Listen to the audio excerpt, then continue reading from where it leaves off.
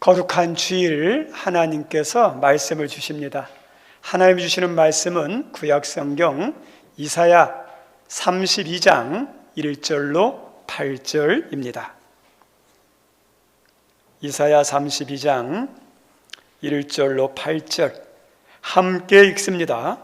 보라, 장차한 왕이 공의로 통치할 것이요 방백들이 정의로 다스릴 것이며 또 그 사람은 광풍을 피하는 곳, 폭우를 가리는 곳 같을 것이며 마른 땅의 냇물 같을 것이며 곤비한 땅의 큰 바위 그늘 같으리니 보는 자의 눈이 감기지 아니할 것이요 듣는 자가 귀를 기울일 것이며 조급한 자의 마음이 지식을 깨닫고 어눌한 자의 혀가 민첩하여 말을 분명히 할 것이라.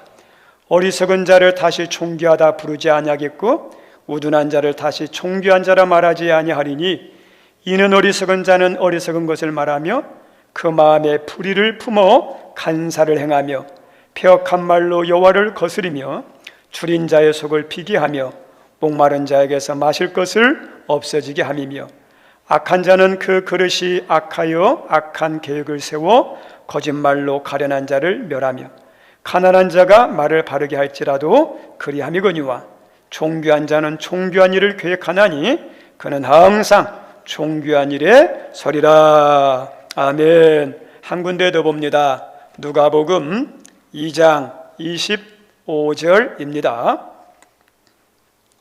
함께 읽습니다. 예루살렘에 시몬이라 하는 사람이 있으니 이 사람은 의롭고 경건하여 이스라엘의 위로를 기다리는 자라. 성령이 그 위에 계시더라. 아멘. 또 이렇게 주일 하나님께 함께 예배드리게 돼서 너무 감사합니다. 오늘 함께 은혜 나눌 설교 제목은 참희망, 거짓 희망입니다. 우리 설교 제목 한번 읽어볼까요? 시작. 참희망, 거짓 희망. 우리가 희망을 가지고 있는데요, 그 희망이 다 좋은 게 아니에요. 헛된 희망이 있어요. 그리고 그 중에 참희망이 있어요. 우리는 어떤 희망이 있어야 하냐? 참희망, 살아있는 희망, 열매 맺는 희망이 있어야 됩니다. 우리가 살고 있는 이 시대에 두드러진 특징 중 하나가 속도의 스피드예요. 모든 것이 너무나 빠르게 변합니다. 우리 옷 같은 경우도요, 해마다 이 트렌드가 바뀌어요. 그래서 남자 양복도 깃이 좁았다가 넓었다가, 그 다음에 3버튼, 2버튼, 여기 뒤에 있는 것이 닫힌 것, 열린 것, 여러 가지 해마다 바뀌어요. 여자 옷은 더 말할 것도 없어요. 뿐만 아니라 휴대폰도 어떠죠? 모든 거기에 세계에서 제품을 만드는 모든 휴대폰 회사에서도요, 1년에 몇 개씩 휴대폰을 계속 신상품을 만들어내요. 자동차도 마찬가지입니다. 그리고 그걸로만 끝나는 게 아니라 우리 커피숍 같은 데 가면 그냥 원두커피만 있는 게 아니에요. 커피도 얼마나 다양한지 몰라요. 그냥 우리가 마시는 것만 주문해서 그렇죠? 메뉴판 한번 딱 보세요. 얼마나 많은지. 새로운 제품들이 많이 나와요. 그래서 어떤 경우는 몰라서 못 시킬 때가 있어요. 그리고 음료수도 다양해요. 계절마다, 그 다음에 시대에 맞게. 그래서 계속해서 새로운 제품이 나와요. 우리가 알고 잘 먹는 국민 간식 가운데 하나가 통닭이죠. 우리 선생님들 통닭 어떤 거 시키세요? 그냥 양념 통닭, 그냥 일반 통닭 있고 그러죠. 그런데요, 이런 거기에 통닭의 집에 있는 그 컴퓨터나 휴대폰 들어가서 메뉴를 보세요. 얼마나 막 다양한 새로운 메뉴의 통닭들이 나오는지. 맛도 기가 막혀요. 우리가 안 먹어봐서 그렇죠. 먹어보세요. 아, 내가 왜 이것만 먹었나 할 정도로 새로운 맛의 제품들이 많이 쏟아져 나옵니다. 우리나라에서 가장 유명한 우리나라의 음식 가운데 세계적으로 유명한 음식이 라면이죠. 라면도 우리는 삼양라면, 농신라면, 오뚜기라면 이 정도인데 회사마다요, 제품의 종류가요 얼마나 많은지 몰라요. 마트 가보세요. 어떤 거 먹을까 고민하는 경우 얼마나 많은지 모릅니다. 회사들은요, 시기마다, 새해마다 새로운 제품을 막 이렇게 만들으려고 그래요. 왜냐하면 그게 경쟁력이에요. 만약에 조금이라도 제품 개발에 신상품에 늦어지면요, 그 회사는 어떠냐? 미래가 밝지가 않아요. 그래서 회사들은 신상품에 대해서 목을 맬 만큼 해마다 분기마다 계절마다 새로운 제품을 만들어내려고 얼마나 열심히 하는지 모릅니다. 그래서 제품의 주기가요 빨리예요. 그리고 우리나라 배달의 민족처럼 배달도 얼마나 빠른지 아시죠? 세계에서 제일 빠릅니다. 근데 느려져 보세요. 배달이 느리면요 안 시켜요. 빨리예요. 그리고 중요한 것은 속도만 빨라지는 게 아니라 빠른 만큼 가치도 올라가요. 우리 우편도 일반 우편이 있고 빠른 우편이 있는데 빠를수록 비싸요. 그리고 우리 기차 같은 경우도 새마을호가 있고 KTX가 있는데 빠른 KTX가 더 비싸요. 택배도 퀵서비스가 더 비쌉니다. 우리 회사에서 일을 할 때도 일 처리를 빨리빨리 잘하는 사람이 능력 있다 해서 그 사람들의 능력을 높여주고 대화하는 경우가 얼마나 많은지 몰라요. 느릿느릿 해보세요. 그러면 사람들이 뭐라고 하냐면 능력이 없네. 그러면서 그 회사에서도요 이렇게 승진 평가하는 데서 낮은 점수를 줄 때가 있습니다. 이런 시대가 빨리 변하는 시대에 살다 보니까 이 세상의 흐름이 성격까지도 어떠냐 바꿔놓고 있습니다. 이 빠른 세상 가운데 성격이 어떻게 되냐면 조급해져요. 그래서 빨리 처리하지 않으면 어떠냐 마음이 불안합니다. 음식도 주문해 놓고 빨리 주세요. 뭐 물건 시켜놓고 빨리 주세요. 우리 성도님, 우리나라 말 가운데 세계적인 아주 유명한 우리나라 국제어이 있습니다. 빨리 다 알아요. 네, 빨리 주세요. 빨리. 근데 그것이 어떠냐? 조급한 거예요. 그리고 더 나가서 이 빨리가 마음에 불안감도 심어다 줘요. 경쟁 속도가 빨라지면서 좀 뒤처지면 내가 뒤처지는 거 아닌가? 내가 나고자 드는 거 아닌가? 불안감에 확 휩싸여요. 우리 아이가 태어났는데 말이 좀 느려요? 그러면 우리 아이가 큰일 나지 않았나? 막 불안감이 일어나요. 우리 아이들이 이렇게 쉬다가 일어나고 걷게 하는데 다른 애들은 막 6개월 만에 7개월 만에 막 일어났다, 뭐 8개월 만에 걸었다, 뛰었다 이렇게 하는데 우리 아이는 10개월 되어서 그때 일어나고 하니까 우리 아이 무슨 문제 있는 거 아니야? 얼마나 조급하고 불안해하는지 몰라요. 우리 나라에서 병원에 가더라도 빨리 치료받기를 원해요. 근데 빠른 것도 중요하지만요 잘 치료받는 게 중요해요. 우리 지금 겨울에 독감이 이렇게 유행하고 있는데 이 독감을 치료할 때 어떤 병원에 가면 약을 처방받으면 빨리 낫기도 하고 어떤 병원에 갔는데 잘 안 낫기도 해요. 시간이 많이 걸리는 경우도 있어요. 그럼 우리 성도님들 어떤 병원이 좋은 병원이고 어떤 의사가 훌륭한 의사예요? 빨리 낫게 하는 의사, 병원이 좋은 병원 의사라 생각하는데 아니에요. 감기를 치료할 때 항생제를 쓰면 빨리 낫는 것 같아요. 그런데 그 항생제가 계속 누적이 되면요 면역력이 생겨서 항생제가 들어가도 이제는요 효과가 없어요. 나중에 큰 문제가 생깁니다. 독일 같은 데는 감기 걸리면요 항생제 안 써요. 그래서 치료 기간이 많이 걸린대요. 빠른 게 좋은 게 아니에요. 그래서 우리나라는 항생제 오남용 국가 1위에 1위. 어떤 목사님에게 한 교인이 와서 푸념을 늘어놓았다 합니다. 자기가 주식을 사면 주식이 떨어지고 주식을 팔면 막 주식이 확 오르는 거예요. 그리고 땅을 샀는데 땅을 사니까 어떠냐? 땅값이 내려가고 땅을 팔았는데 땅값이 올라가는 거예요. 자기하고 정반대로 가는 거예요. 그리고 회사가 힘들어서 이직을 했는데 그 이후부터 회사가 잘 되는 거예요. 그래서 목사님께 목사님 저는 참 복이 없네요 이렇게 하네요. 우리 성도님들 이 사람이 복 없는 사람입니까? 복 없는 게 아니에요. 인내가 부족한, 기다릴 줄 모르는 것, 이것이 문제인 거예요. 우리 성도님들은 잘 인내하고 잘 기다리시나요? 만약 그게 부족하면 그거 위해서 기도하시. 하나님 내가 조급한 거 고쳐주세요. 기다릴 줄 아는 믿음을 주세요. 인내하는 믿음을 주세요. 그거 기도하셔야 돼요. 자녀들에 대해서 기다리지 못하면 어떤지 아십니까? 자녀들이 괴로워요.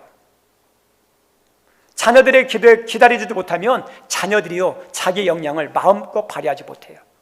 왜냐하면 좀 느리면 너 이렇게 못났냐? 너는 왜 뒤처졌냐? 너는 왜 그냥 무능하냐? 이렇게 나가거든요. 무능한 게 아니거든요. 때가 다른데.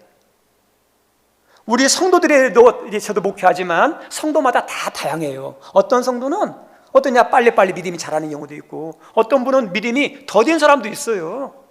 다 더딘 경우 다 똑같지 않거든요. 근데 이렇게 하면서 시기를 정해놔요. 1년은, 2년 뒤에는, 3년 뒤에는 우리 자녀의 실력이, 우리 성도들의 신앙이, 우리의 뭐 이렇게 꿈꾸는 것들이, 계획한 것들이, 목표한 것들이 이렇게 달성해요. 내가 다 정해놓고 그 기간 동안에 목표한 것이 이루어지지 않으면 어떠죠? 나한테 실망하고 다른 사람에게 팍 하는 거예요.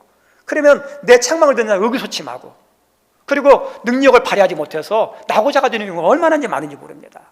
우리 성도님들 본인 스스로도 열심히 하려고, 늦춰지지 않게 하려고 해야지만 옆에 있는 사람도 어떠냐? 기도하면서 어떠냐? 기다려줄 줄 알아야 돼요. 네.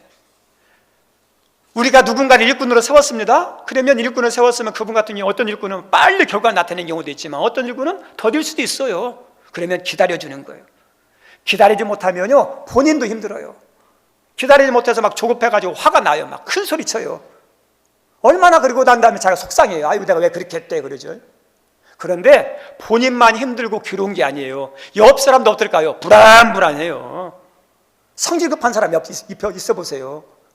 조급한 사람이 있어 보세요. 인내하지 못하는 옆에 있어 보세요. 얼마나 조급하고 얼마나 불안한지 몰라요. 이런 속도 전쟁의 시대에 따라서 어떠냐? 성격도 변화됐잖아요. 조급해지고 불안해지고 마음에 여유가 없어요. 기다림이 없어요. 그리고 이것이 어떠냐? 신앙에도 안 좋은 악영향을 미칩니다. 우리 신앙 가운데 중요한 신앙의 요소 가운데 하나가 기다림이에요. 인내인데요, 이제는 어떠냐? 기다림에 약해요. 인내하는 신앙이 부족해요. 그래서 기다리지 못하고 인내하지 못하면 신앙에 있어서, 또 하나님이 약속한 것에 있어서 실패하는 경우가 얼마나 많은지 모릅니다. 사무엘상 13장에 보면 사울왕이 하나님께 버림받는 결정적인 사건이 나와요. 블레셋이 쳐들어왔는데 그때 블레셋의 군사력이 마병 3천, 병거 3만, 군사는 모래수만큼 많이 왔습니다. 국가의 운명이 걸린 전쟁이니까 사울왕이 왕으로서 책임감이 크잖아요. 어떻게든지 싸워서 막아내든지 이겨내야 돼요.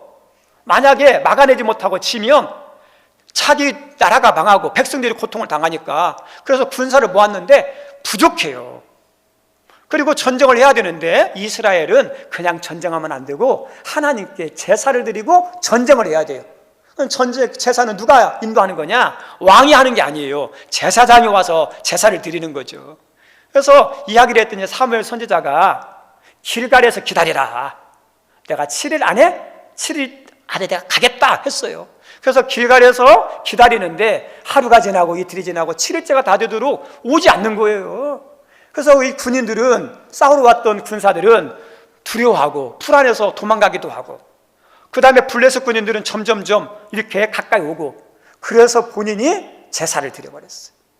제사를 드리고 났더니 그때 마침 사무엘 선지자가 와가지고 왜 기다리지 못하고 왜 제사를 드렸느냐 하면서 사무엘 선지자가 이 사울왕에게 책망했는데, 제사장이 책망한 게 아니에요. 하나님이 사울왕을 책망한 거예요. 기다리지 못한 것, 초급한 것이 문제였어요. 우리 아브라함에게 하나님께서 내게 너의 몸에서 친히 아들을 낳게 해주겠다 그랬어요. 그래서 75세 때 하나님의 부르심을 받아서 하나님의 인도하심을 따라갔는데 10년이 지났어요. 근데 10년이 지났으면 아이가 있어야 하잖아요. 근데 아이가 없어요. 85세가 됐음에도 불구하고 아이가 없어요. 아이가 없어서 어떤 생각이 드냐면, 이제 몸은 점점 늙고 생산 능력은 떨어지도 본인도 살아도 마찬가지예요. 그 당시 가장 중요한 게 가문의 대를 잇는 것. 여자들에게 가장 중요한 것 중에 하나가 이 자식을 통해서 그 가문의 대가 끊어지지 않게 하는 것이 이 당시 고대사에서는 여자에서 가장 중요한 일이었거든요. 그래서 이 사라가 죄책감이 있었어요. 그래서 자기의 나이는 많아가지고 경수는 끊어지죠. 그래서 어떠냐? 인간적인 방법, 인간적인 계획을 세웠어요. 어떠냐면, 내가 나이 많이 먹어서 이제 아기를 가질 수 없으니까 나는 안 되지만 내 몸 중 하갈이 있다. 이 하갈을 통해서 후대를 잇자. 그래서 하갈을 통해서 아기가 태어났어요. 그 아이의 이름이 이스마엘이죠. 아브라함과 이 사라의 의도대로, 계획대로 이루어졌어요. 성공했어요. 우리 성도님들, 이게 진짜 성공입니까? 아니에요. 눈으로 보이는 인간적인 성공이 다 좋은 성공이 아니에요. 인간의 의도와 계획 가운데 이루어진 결과와 성공은요, 나중에는요, 피눈물 나는 후회가 있어요.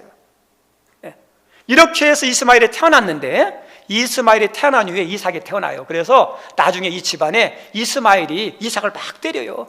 싸움이 일어나죠. 그것을 본 사라가 자기 아들이 하갈의 아들에게 맞는 걸 보니까 화가 나가지고 하갈을 막 이렇게 또 학대를 하죠. 또 이것 때문에 가정에 분란이 일어나죠.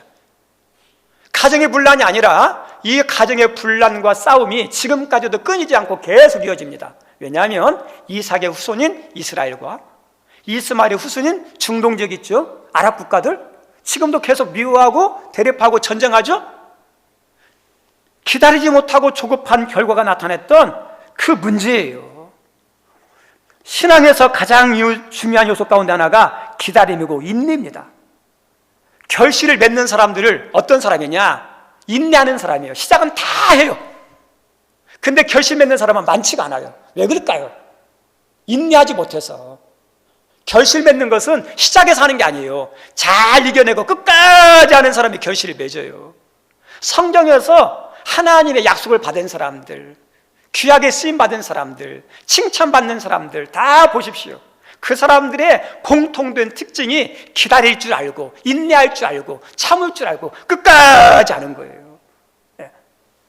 하나님은 말씀에서 우리들에게 기다림과 인내가 얼마나 중요한지 말씀해 주는데, 우리 누가복음 21장 19절 한번 보겠습니다. 시작.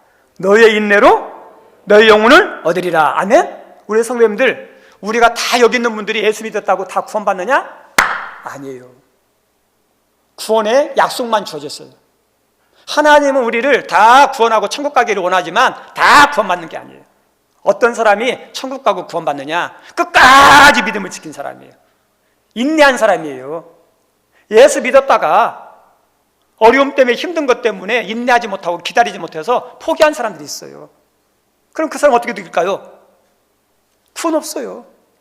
그래서 너희의 인내로 너희 영혼을 얻으리라 그러죠. 전도도 어떤 사람이 결실을 맺느냐? 포기하지 않고 계속 기도하고 전도하는 사람이 전도에 결실을 맺는 거예요. 영혼이에요, 영혼.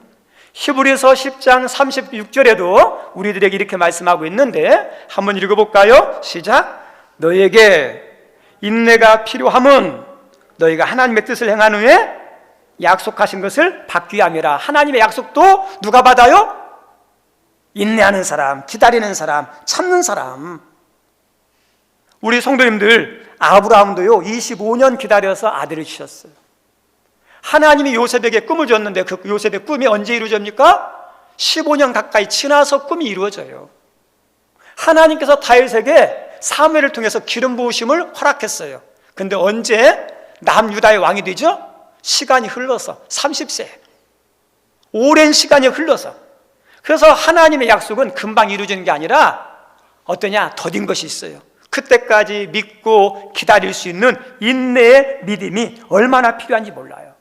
그래서 기다리는 것, 인내하는 것이 중요한데 기다리는 것처럼 인내하는 것처럼 힘든 게 없어요. 정말 어려워요. 여기에 있는 우리 성도님들 어때요? 잘 기다리시나요? 그렇지 않으면 급하고 조급하신가요? 저도 어떠냐? 급하고 조급한 게 얼마나 많은지 몰라요. 예전에도 제가 한번 설교했었죠. 개나리 같은 것은 꺾꽂이 같아요. 옆집에 있는 개나리를 보니까 이쁘게 폈더라고요. 그래서 어린이 욕심에 초등학교 때 우리 집에도 개나리가 있었으면 좋겠다 해서 그 옆집에 있는 개나리를 꺾어가지고 우물 옆에 조그마한 화단이 있는데 거기다 이렇게 꽂아놨어요. 그래서 어떠냐? 물도 주고 이제 거름도 주고 이렇게 했죠. 근데 마음이 조급해가지고 어떠냐? 그 다음날 한번 뽑아봤어요. 뿌리가 얼만큼 나왔나. 그대로예요. 그 다음에 참다가 좀 더 참았자, 좀 더 기다리자, 좀 더 기다려 해가지고 2, 3일 뒤에 또 뽑았어요. 뿌리가 어때요? 없어요. 너무 조급했는가 보다. 좀 더 기다려야겠다. 그리고 일주일 뒤에 또 뽑아봤어요. 우리 성도님들 어떻게 됐을까요? 죽죠. 인간의 조급함이 기다리지 못해서 그냥 느긋하게 기다리는데 기다리지 못하는 우리 성도님들 건강을 위해서 막 이렇게 운동을 하죠. 근데 운동이 힘드니까 포기하고 그 다음에 빨리 효과가 안 나타나면 금방 내려놓는 경우가 많죠. 아니에요. 효과는요 금방 보는 경우도 있지만 시간이 지나서 보는 경우도 있어요. 우리 신앙의 결실도 인내하고 끝까지 하는 사람이 신앙의 결실을 거두고, 기도응답도 뭐냐, 다 기도는 시작하는데 응답은요 마지막까지 하는 사람이 기도응답 받아요. 우리 하나님께 칭찬받고 상급받는 사람도 어떨까요? 끝까지 견디고 충성한 사람이 상급받는 거예요. 칭찬받는 거예요. 성경에서 나오는 모든 믿음의 결실, 약속의 열매를 거둔 사람들 보면 공통된 특징이 조급함과 싸워서 이겨낸 인내하는 사람, 기다렸던 사람이 그 약속의 결실을 거둬요. 우리 선생님들 저 따라서 합니다. 하나님 약속은 반드시 이루어진다. 아멘? 하나님 약속은 반드시 이루어집니다. 근데 이루어지는데 언제 이루어지냐? 나의 시간이 아니라 하나님의 시간, 하나님의 때에 이루어져요. 우리는 우리의 시간을 정해놔요. 우리의 시간을 정해놓고 안 되면 어떠냐? 막 조급하고 화를 내고 막 하나님께 원망할 때가 있죠? 아니에요. 모든 일은 하나님이 주관하시고 모든 일은 하나님의 정하신 때에서 이루어지는 거예요. 전도서 3장 1절에도 이런 말씀 나와요. 범사의 기한이 있고 천하만사가 다 때가 있다. 범사의 기한이 있고 천하만사가 다 때가 있대요. 하나님이 다 정해놨어요. 어떤 사람은 빨리 자라고 어떤 사람은 더디 자라고, 어떤 동물들은 21개월, 21일이면 부화하고, 어떤 동물은 어떠냐면 1년 지나야 태어나는 경우도 있고, 다 때가 있어요. 근데 우리가 때를 모르니까, 그래서 뭐가 필요해요? 믿음이 필요하고 인내가 필요한 거예요. 모르니까. 우리 결혼한 자녀 가족에게 있어서 꼭 하나님께서 주셔야 할 복 가운데 하나가 자녀의 복이죠. 근데 자녀가 임신했는데 빨리 태어나기를 원한다고 해가지고 빨리 나와라 빨리 나와야 해가지고 막 7개월에 나와보세요. 그럼 건강해요 안 건강해요? 문제가 있죠. 칠삭동이 생명을 장담 못해요. 지금은 6개월에 태어나도 인큐베이터에서 하지만 인큐베이터에서도요 생과 사의 갈림길에서 이 아이가요 얼마나 힘든지 몰라요. 의사들도 자기가 할 건 하지만 산다 못 산다 장담 못해요. 부모님도 인큐베이터 밖에서 얼마나 조급하게 얼마나 막 가슴 조이면서 기다리는지 몰라요. 한 아이가 건강하기 위해서는요 엄마 뱃속에서 10개월 동안 있다가 태어나야 건강해요. 느린 게 아니에요. 하나님이 그렇게 만들어놨어요. 조급하면 안 돼요. 우리 성도님들 모든 일이 그래요. 신앙도 마찬가지고 그 다음에 신앙도 마찬가지고 섬김도 마찬가지예요. 때가 있습니다. 오늘 말씀은 하나님께서 이사야 선지자를 통해서 우리에게 주시는 말씀이에요. 이사야 선지자는 남유다에서 예언했던 선지자인데 이름의 뜻은 여호와께서 구원하신다. 기원전 한 7세기경에 예언했던 선지자입니다. 근데 이 선지자가 어떻게 순교하냐면 톱으로 유대 전승에 하면 톱으로 켜서 이렇게 죽습니다. 근데 그렇게 죽인 왕이 누구냐면 남유다의 아주 악한, 제일 악한 왕 므낫세예요. 근데 우리 성도님들 므낫세가 누구의 아들인 줄 아십니까? 정말 이해가 안 되는 것 중에 하나가 다윗 왕 다음에 가장 선한 왕이라고 하는 히스기야의 왕의 아들이에요. 상상이 안 가시죠? 어떻게 그 선한 왕 아들에게서 그 아버지에게서 그 악한 왕이 났을까? 우리 성도님들 우리 자녀요 장담 못해요. 그래서 하나님께서 우리 자녀 붙잡아 주시도록 믿음 생활 잘하도록 우리 믿는 성도들이 방심하면 안 되고 기도해야 할 이유가 그게 있어요. 이 므낫세가 그렇게 해요. 왕의 선지자를 그렇게 죽일 정도면 이 세상이 얼마나 타락했는지 아시죠? 이 세상이 어떠냐면 하나님이 없어요. 자기 멋대로 우상 숭배하는 거예요. 두 번째는 뭐가 없냐? 말씀이 없어요. 자기 생각대로 자기 고집대로 자기 감정대로 막 쏟아내는 거예요. 우리 성도님들 하나님이 없고 말씀이 없으면 어떻게 될까요? 왕이 자기 멋대로 하는 거예요. 제사장이 하나님이 없고 말씀이 없으니까 제사를 드릴 때 자기의 이익을 위해서 제사를 드리고 제사장을 세워요. 선지자들이 하나님이 없고 말씀이 없으니까 하나님 말씀을 받지도 아니하고 거짓 예언을 하는 거예요. 통치자들이 그 다음에 방백들이 하나님이 없고 말씀이 없으니까 힘 있는 사람 것은 이렇게 도와주고 힘없는 사람을 빼앗는 착취하는 부총리가 가득한 곳이 이 당시 모습이에요. 이렇게 타락할 대로 타락한 모습 하나님께서 가만두겠습니까? 경고했는데도 안 들어요. 하나님께 옆구리에 가시처럼 이방 민족을 통해서 징계를 했는데도 안 들어요. 계속 경고하고 경고도 안 들으니까 하나님께서 바벨론을 통해서 멸망하게 합니다. 그런데 왕이 잘못해서 나라가 멸망하면 그 고통은 고스란히 누구의 고통입니까? 백성들의 복이에요. 백성들이 전쟁에서 죽죠. 포로로 잡혀가죠. 여자들은 노예로 팔려가죠. 몸종이 되죠. 그 다음에 안 좋은 일들을 하는 사람들이 돼버리잖아요. 그리고 70년 포로 생활 가운데 있으면서 이 멸망하게 이스라엘 백성들이 고통당하는 노예 삶을 살면서 야, 우리나라는 언제 회복된대? 우리는 언제 고국으로 돌아간대? 옛날에 생각하는 거예요. 그러면서 옛날 생각하면서 그렇게 되기 위해서는 누가 필요하냐? 왕이 필요하다. 왜요? 지도자가 중요하니까. 그래서 이 멸망해버린 이스라엘 백성들, 노예 생활하는 이스라엘 백성들이 다윗과 같은 왕이 태어났으면 좋겠다. 왜요? 다윗 왕 때가 최고였거든요. 다윗 왕 같은 사람만 나타나면 우리를 다시 승리하게 만들고 고국으로 돌아가게 만들고 좋은 나라를 만들 것이다 라는 그런 기대감이 있었어요. 그런데 이런 인간적인 열망과 고대를 하고 있는 이 이스라엘 백성들에게 이사야를 통해서 하나님 말씀합니다. 다윗 좋지? 근데 다윗보다도 더 위대한 왕, 더 좋은 왕을 너에게 보내주실 거야. 그 왕이 오기만 하면 너희들의 삶은 변화될 거야, 복되게 될 거야, 살아날 거야 하면서 주신 말씀이 오늘 이사야 32장의 말씀이에요. 그래서 이 왕이 오시면 어떻게 나타나냐? 2절에 이렇게 나옵니다. 2절 한번 읽어볼까요? 시작. 또 그 사람은 광풍을 피하는 곳, 폭우를 가리는 곳 같을 것이며, 그 사람이죠. 여기서 말하는 하나님 보내시는 위대한 왕이 오면 광풍이, 폭우가 어떠냐? 피하는 곳이 되고 어떠냐? 가리게 된다는 거예요. 여기서 우리 성도님들, 광풍과 폭우는 뭐냐? 자연재해죠. 이 자연의 재앙 앞에 인간은요, 아무것도 아니에요. 과학도 아무것도 아니에요. 아무리 큰 항공모함이라고 하죠. 항공모함도요, 태평양 한가운데 가서 태풍 만나보세요. 그냥 침몰합니다. 그래서 큰 태풍이 있으면요, 다 피항해요. 자연 앞에서 꼼짝 못해요. 우리 올해 흰남노라는 태풍이 한번 이렇게 한반도를 휩쓸고 갔습니다. 여기 전라도 지역은 지나갔지만 경상도 쪽으로, 포항 쪽으로 이렇게 지나가면서 포항의 피해가 얼마나 컸는지 몰라요. 물이 범람해서 그 아파트 지하로 물이 들어가가지고 거기에서 어떠냐? 차 침수되는 것을 막기 위해서 이렇게 차를 이렇게 빼려고 하다가 거기에서 죽은 사람들이 얼마나 많은지 몰라요. 한 10명 이상이 생명을 잃었습니다. 그리고 그걸로 끝나지 않아요. 재산 피해가 1조 7천억. 그리고 포스코라는 대형, 현대제철이라는 그 대형 회사들이 주업이 중단되고, 기업체 가운데 92개의 기업체가 피해를 입었고, 주택 상가 1만 1천여 채가 침수 파손되는 엄청난 피해를 봤어요. 이런 큰 자연재해 앞에서요, 인간은 속수무책이에요. 근데 자연재해만 그렇습니까? 악한 왕의 통치가 나타나가지고 총과 칼을 함부로 힘들어 보세요. 그러면 그 고스란히 그 고통 누구한테 나갑니까? 백성의 목이에요. 고열을 빨린다니까요.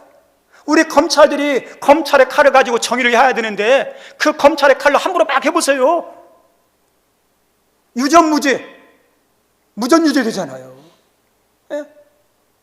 우리 언론도 마찬가지예요. 언론이 바르게 해야 되는데 언론이 자기들이 입맛에 맞게 하면 이 나라가 어떻게 될까요? 잘못되겠죠. 세상을 보세요. 힘 있는 사람들 자기 것 가지고, 칼 가지고, 능력 가지고, 권세 가지고 막 함부로 휘둘러요. 이 앞에서 누가 피해를 당하냐? 힘 있는 사람은 피해 안 봐요. 힘 없는 사람의 피해를 봐요. 지금 경제 위기죠? 경제 위기가 때 가장 고통받는 사람은 서민이에요. 월급은 그대로죠. 줄어죠. 물가는 올라가죠. 그래서 살기가 힘들어요. 팍팍해요. 그런데 돈 있는 사람 어떤 줄 아십니까? 돈 버는 귀예요. 은행에서 이자가 올라가니까 돈 이렇게 집어넣고 하는 거예요. 그래서 이런 광풍과 폭우 앞에서 인간은요, 고통당하는 게 서민이에요. 그리고 우리 신앙적으로 어떤지 아십니까? 악한 것이 우는 사자처럼 삼키자를 찾는다 그러잖아요. 죄악의 세상이, 죄악의 물결이 막 노도처럼 물려와요. 이 세상에서 우리가 믿음, 지지치 않고 믿음 생활하는 거 쉽습니까? 마귀가 삼킬 자를 두루 찾는 이 세상에서 믿음 유지하는 게 쉬워요? 어려워요. 그런데 이 왕이 오시면요, 다 막아줘요. 왕이 딱 있으면, 우리 사자는 새끼는 약하지만 사자 어미하고 있으면 다른 짐승이 새끼 죽입니까? 못 죽입니까? 못 죽이죠. 힘 있는 왕이 우리와 함께하면 우리를 건들지 못하는 거예요. 그래서 사자 새끼들은 위험이 딱 감지되면요, 어미 사자에게 달려가요. 안전해요. 우리 아이들 키웠을 때 보세요. 우리 아이들이 두렵다, 불안하다, 개가 쫓아온다, 공아지가 있다, 고양이가 있어 무섭다고 할 때 우리 아이들이 어떻게 하죠? 엄마! 하면서 누구한테 와요? 부모님 도잖아요. 왜요? 그 당시 부모님은 최고로 센 사람이니까. 그럼 부모님은 최선을 다해서 막여주죠. 우리 성도들, 이 왕이 오시면요, 우리가 어때요? 이 왕에게 피하면 돼요. 하나님이 다 막아주셔요. 사망의 음침한 곳 속에서도 하나님께서 해당하지 않도록 막아주시는 그 왕이라는 거. 그리고 더 나가서 이 왕은 어떠냐? 살아나게 하시는 분입니다. 2절에 이렇게 나옵니다. 2절 한번 읽어보죠. 시작. 또 그 사람은 광풍을 피하는 것, 폭우를 가리는 것 같을 것이며 마른 땅에, 곤비한 땅에, 그죠? 우리 성도님들, 여기 보니까 뭐라고 나오냐면 곤비한 땅이죠. 다 메말라 버려. 물 한 방울 없고 풀 한 폭이 없는 사막과 같은 곳이에요. 여기는 얼마나 다 죽음의 땅이겠죠. 근데 여기에 갔는데 큰 바위에서 그늘이 있어 보세요. 얼마나 시원한지 몰라요. 근데 거기 옆에 우물까지 있어 보세요. 천국이 따로 없겠죠. 하나님이 죽을 것 같은 사막이지만 이 왕이 오시면 안 죽어요. 살아날 수 있다는 거예요. 희망이 있다는 거예요. 그리고 마른 땅에 매물 같다 그러죠. 물의 능력이 뭔지 아십니까? 죽은 땅도 살리는 능력이 있어요. 우리 이스라엘 가면 키부츠라는 공동체가 있습니다. 이 키부츠라는 공동체는 어떠냐면 이 물을 끌어와가지고 사막의 땅을요 적셔가지고 옥토가 되게 만들어요. 옥토가. 그래서 이스라엘 가면요 막 푸르는 곳이 있어요. 물이 흐르는 곳이에요. 물이 흐르는 곳. 이 왕이 가는 곳마다 어떤 역사가 나타나냐? 살아나는 역사가 나타나요. 마음에 들어가면 마음이 살아나요. 가정에 들어가면 가정이 살아나요. 이 왕에 들어가면 자녀들이 소망이 생겨요. 이 왕에 들어가면 어떤 줄 아십니까? 교회가 살고 민족이 변화돼요. 이 왕이 오신다는 거죠. 그리고 모든 것이 정상이 되는 거예요. 우리 성도님들, 힘 있는 사람하고 힘 없는 사람, 강한 자하고 약자, 배운 자하고 못 배운 자, 차별이 있습니까? 없습니까? 세상 차별이 있어요. 왜 그럴까요? 비정상이니까. 그런데 이 왕이 오시면 비정상이 정상이 되고 편법과 불법이 통하지 않는다는 거예요. 3절 4절에 보니까 보는 자의 눈이 감기지 아니할 것이요. 사람들이 눈 뜨고 봐야 되는데 자기가 볼 것만 봐요. 통치자들이 자기의 마음에 맞는 사람만 보고 안 맞는 사람 안 봐요. 그 뒤에 듣는 자가 귀를 기울일 것이요. 우리들의 소리는 잘 안 들으면서 힘 있는 사람의 소리는 잘 들어요. 비정상이잖아요. 근데 이 왕이 오시면 어떠냐? 바르게 보고 바르게 듣고 바르게 깨닫고 바르게 말하고 바르게 판단하고 바르게 결정하고 바르게 통치하고 바르게 다스려요. 그래 바르게 통치하고 바르게 다스리면 그 혜택은 누구한테 갈까요? 백성들이죠. 이 왕이 오시면 이렇게 된다는 거예요. 근데 이 왕이 누구예요? 예수님. 하나님은 이 사회를 통해서 다윗 왕이 아니라 다윗 왕보다 더 완벽한 왕을 주실 것이라고 그랬죠. 근데 이 왕을 기다린 사람이 있었는데 시므온이라는 사람이에요. 시므온이라는 사람이 오랜 기간 동안 평생 동안 하나님의 약속을 믿고 그 메시아 예수님을 기다렸어요. 우리 성도들, 여러분 가운데 시므온 같은 믿음이 있기를 바랍니다. 왜냐하면 사라는 어떠냐면 하나님께서 너를 통해서 자식을 낳게 하겠다 말씀했을 때 안 믿었어요. 거짓말 여겼어요. 하나님, 나는 나이가 많습니다. 나 경수가 끊어졌어요. 자기의 경수 끊어진 것, 안 좋은 환경만 바라면서 하나님 말씀을 안 믿어요. 배격해요. 거절해요. 반사시켰어요. 딱 했어요. 우리 성도들, 우리 하나님께서 메시아를 통해서 예수님을 통해서 이런 은혜를 주시겠다 했는데 이 말씀을 안 믿는 사람이 있어요. 거절하는 사람이 있어요. 반발하는 사람이 있어요. 징겨내는 사람이 있어요. 잘못됐잖아요. 시므온은요 오랜 시간이 흘렀어도 기다렸어요. 믿었어요. 평생 이 말씀 붙잡고 기다렸어요. 왜냐하면 이 왕이 오시면 완전히 바뀔 것이라는.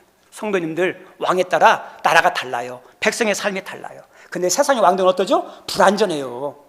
우리가 대통령을 뽑을 때 이 대통령 뽑으면 좋아질 것 같았는데 뽑고 나니까 어때요? 후회가 되죠. 그래서 이전에 더 좋은 대통령 뽑아야지 하고 또 뽑았는데 좋은 면도 있지만 실망하는 것도 많아요. 왜요? 이게 인간의 한계예요. 그래서 어떠냐면 완벽한 왕이 필요하고 완벽한 왕이 오셔야 돼요. 그 완벽한 왕이 누구예요? 저 따라서 합니다. 예수님. 예수님이에요. 예수님이 오시면요 비정상이 정상이 돼요. 그리고 어떠냐? 공의가 강물처럼 대립과 갈등과 싸움이 뭐가 돼요? 샬롬이 되고 평화가 돼요. 이 왕이 오시면 어떠냐? 메시아로 오시기 때문에 우리의 삶의 구원자가 돼요. 그래서 이 왕이 어때요? 희망이에요. 세상의 왕은요 희망을 가졌는데 거짓 희망이에요. 실망하잖아요. 근데 예수님 어떨까요? 실망이 아니에요. 아, 예수님을 왕으로 보셨더니 우리의 삶이 이렇게 변했구나. 참 희망의 열매가 맺혀져요. 누구 안에서요? 예수님 안에서. 그래서 지금이 대강절이죠. 예수님을 기다리는 절기죠. 이 땅에 오신 예수님, 이 땅에 오신 걸 끝나는 게 아니라 이 대강절을 통해서 하나님 제 마음에 들어오십시오 하는 거죠. 근데 예수님을 기다리는데 뭘 가지고 기다리느냐? 희망을 가지고 기다리는 거예요. 희망, 참 희망. 우리 스페인어로 기다린다는 말이 에스파라인데, 에스파라는 두 가지면 기다린다, 또 하나는 희망한다. 희망하면서 기다리는 거예요. 예수님은요 어떤 분이에요? 헛된 희망이 아니라 진짜 산 희망을 주시는 분이기 때문에 희망하면서 기다려야 된다. 그 예수님이 이 땅에 오셨는데 여러분들이 예수님을 구주로 영접하는 은혜가 있기를 바랍니다. 그 예수님을 왕으로 오셨기 때문에 왕으로 대접하세요. 왕 하나님을 하나님 되게 할 때, 예수님을 예수님답게 인정할 때, 그때 삶은 바뀌어요. 하나님 역사하기 시작하는 거예요. 여기 있는 분들에게 그런 은혜가 있기를 주님의 이름으로 축원드립니다.